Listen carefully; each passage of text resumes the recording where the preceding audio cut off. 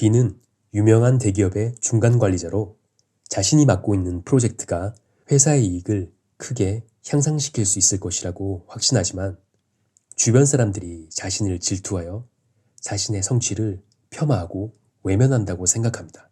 다양한 여자들과 자주 연애를 하지만 몇 번 성관계를 하고 난 뒤에는 상대방을 바보 같고 매력이 떨어지며 자신에게 집착하고 매달리는 하찮은 존재로 생각합니다. 주위의 사람들은 많아 보이지만 자기중심적인 언행과 거만한 태도와 공감 능력의 부족 때문에 길게 지속되는 관계는 그다지 없습니다. 그는 자신이 대단하고 일반적인 사람들의 범주에 속하지 않는 뛰어난 사람이라는 우월감을 가지고 있지만 다른 한편에서는 경쟁자에 관한 근거 없는 유언비어를 퍼뜨리기도 했습니다. 모든 사람은 자기 자신에게 어느 정도 취해 있습니다. 거울을 보며 스스로 멋지다고 생각하고 자신의 업적을 바라보며 뿌듯한 기분을 느낍니다. 행복한 일상을 인스타그램에 올리며 자신이 얼마나 괜찮은 삶을 살고 있는지 사람들에게 뽐내기도 하죠. 이 같은 자기애적 특성은 우리 모두에게 내재되어 있는 기본적인 인간 성격의 일부분입니다. 하지만 이러한 성향이 너무 지나칠 경우에 이것을 자기애성 성격장애라고 합니다. 흔히들 나르시시스트라고 부르는 사람들이 여기에 속합니다. 가족, 친구, 연인, 직장 동료 등 우리는 다양한 인간관계에서 이들을 마주칠 수 있습니다. 본격적으로 설명을 드리기 전에 먼저 용어에 대한 정의를 내리고 시작할게요. 여러분께서 잘 알고 계시는 나르시시스트라는 단어는 정신의학적인 진단명으로 자기애성 성격장애라고 표현합니다. 본 영상은 임상적인 측면을 강조하기 위해서 나르시시스트라는 단어 대신에 자기애성 성격장애라는 용어를 사용하였습니다. 이 점을 참고하시면서 영상을 보시면 더욱 도움이 되실 겁니다. 자기애성 성격장애의 진단 기준에 대해 살펴보겠습니다. 과대성, 숭배의 요구, 감정이입의 부족이 광범위한 양상으로 나타나고 그러한 경향은 다음 중 5가지 이상의 항목으로 나타납니다. 첫 번째, 이들은 자신이 얼마나 대단한 사람인지에 대한 과대한 느낌을 가지고 있습니다. 두 번째, 무한한 성공, 권력, 명석함, 아름다움, 이상적인 사랑과 같은 공상에 몰두하고 있습니다. 세 번째, 자신의 문제는 너무나 특별해서 높은 지위의 사람들만이 그것을 이해할 수 있고 또는 그런 사람들만이 자신에게 관련되어야 한다고 믿습니다. 네 번째, 이들은 사람들에게 과도한 숭배를 요구합니다. 다섯 번째, 이들은 자신에게 특별한 자격이 있다고 생각합니다. 즉, 사람들로부터 특별히 호의적인 대우를 받기를 원하고 사람들이 자신의 기대에 순응하기를 기대합니다. 여섯 번째, 이들은 대인관계에서 착취적입니다. 자신의 목적을 달성하기 위해서 타인을 이용하는 경우도 있습니다. 일곱 번째, 감정이입이 결여되어 있습니다. 타인의 느낌이나 요구를 인식하거나 확인하려 하지 않습니다. 공감 능력이 부족하다는 이야기죠. 여덟 번째, 다른 사람을 자주 부러워하거나 다른 사람이 자신을 시기하고 있다고 믿습니다. 아홉 번째, 오만하고 건방진 행동이나 태도를 보입니다. 자기애성 성격장애는 자신의 우월성과 특별성에 대한 과도한 인식을 보여줍니다.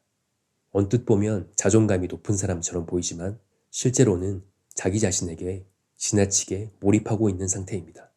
이들은 자기중심적이고 공감 능력이 부족하기 때문에 타인의 느낌과 감정에 무감각합니다. 이 때문에 이들과 진심 어린 교류를 나누는 것은 무척 어렵습니다.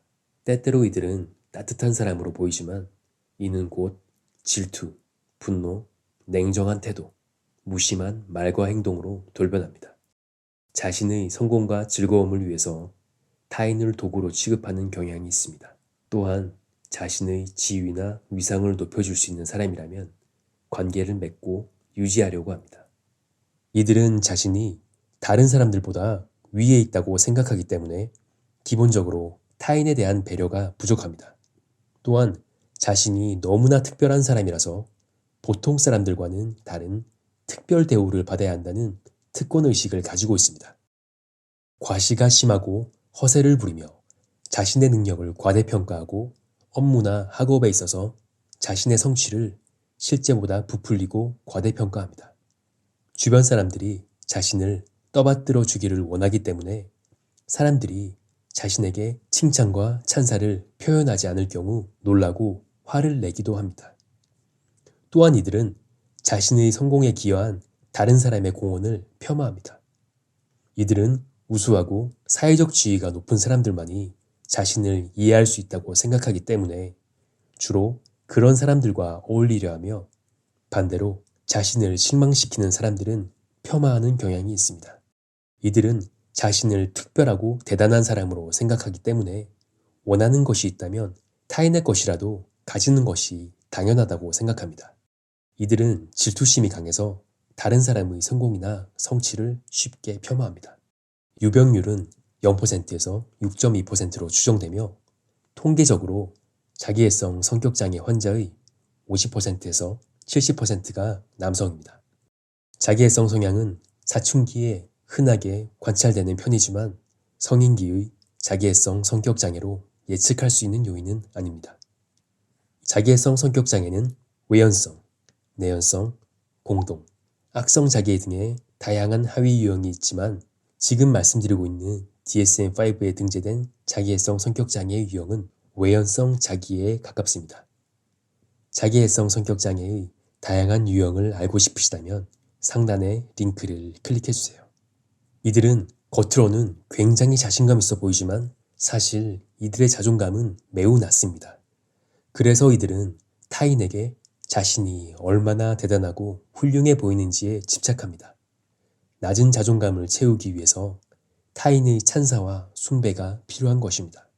그런 식으로 자신에게 필요한 자기애를 외부로부터 공급받아서 부족한 내면을 채우려고 합니다.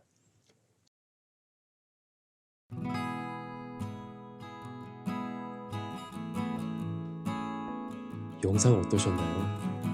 도움이 되셨다면 구독과 좋아요 부탁드립니다. 여러분께서 눌러주시는 구독과 좋아요는 좋은 영상을 만드는데 큰 도움이 됩니다. 그럼 다음 영상에서 만나 뵐게요.